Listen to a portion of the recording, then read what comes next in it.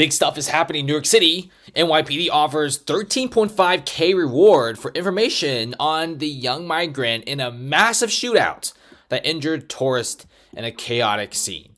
This is something that's happening in New York City, and it seems to be going out of control, guys.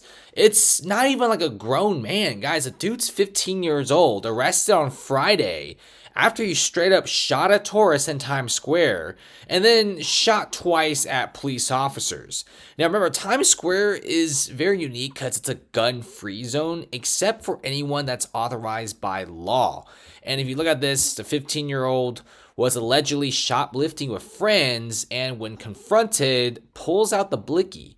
This is something that you don't see often. This is pretty scary, right? There's a lot of questions being raised, like how does such a young person get their hands on a firearm? I guess it is America. It's probably super easy. But of course, then again, a shootout in Times Square, just firing random bullets. You know how packed this place is? It's packed to the brim with tourists.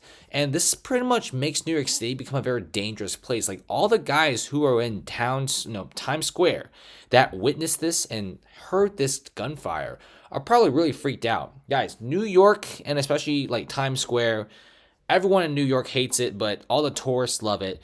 Remember, Times Square is only Times Square when there's so many people. And when you have a lot of things like shootouts and dangerous activities going on, it's a major turnoff for this very tourist-heavy area. And this is really big. And I'm sure the Brazilian tourist is fine. Got hit in the leg, and I think he's making a pretty good recovery. But this is something that shouldn't even happen in the first place. Right now, New York City is facing a huge surge in terms of assaults, in terms of shoplifting, and now you have a youngster having a shootout. This is something that's unacceptable. Now, New York City really screwed up here. In fact, I kind of put a lot of the blame on New York, and so do a lot of people. They took in way too many people, so many people to the point that you can't take care of them. Many of the migrants are literally sleeping on the streets. Many of the migrants don't have jobs because you invited nearly 100,000 people. I mean, New York is a pretty robust job market, but jobs for 100,000 people, I don't think so. And when you have a lot of people desperate for money, obviously, crime surges up. It just happens, right? So what's New York going to do about the situation? A lot of people are saying nothing. People are saying that New York is getting pretty soft. You take in this many people. No wonder you take in this many people and arrest for crimes like shoplifting and everything else goes up. There's even a lot of moped crimes. And also, most of these migrants came and find jobs. Right? And you can't even support these people. Many of them are sleeping on the streets.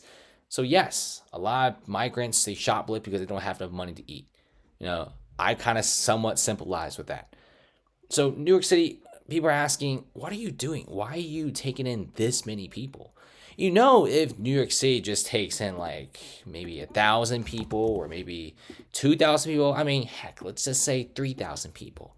I don't think anyone would be mad about it. I mean, if New York City decides to take in 3,000 migrants, help them out, get them into the American educational system for their kids, and then get a lot of these migrants good jobs, help them assimilate themselves into America, I'm cool with that. I don't have anything bad to say about that. I think most people would be very happy about that. I think that'll be a major success. But instead of taking 3,000, you take like 90,000 people.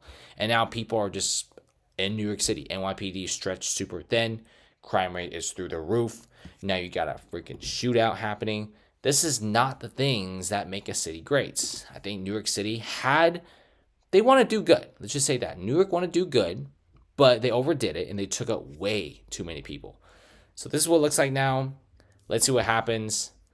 This is one of the craziest stories I've ever read. And I think this is the beginning for New York City. Thanks for watching, guys. Comment below and see you later.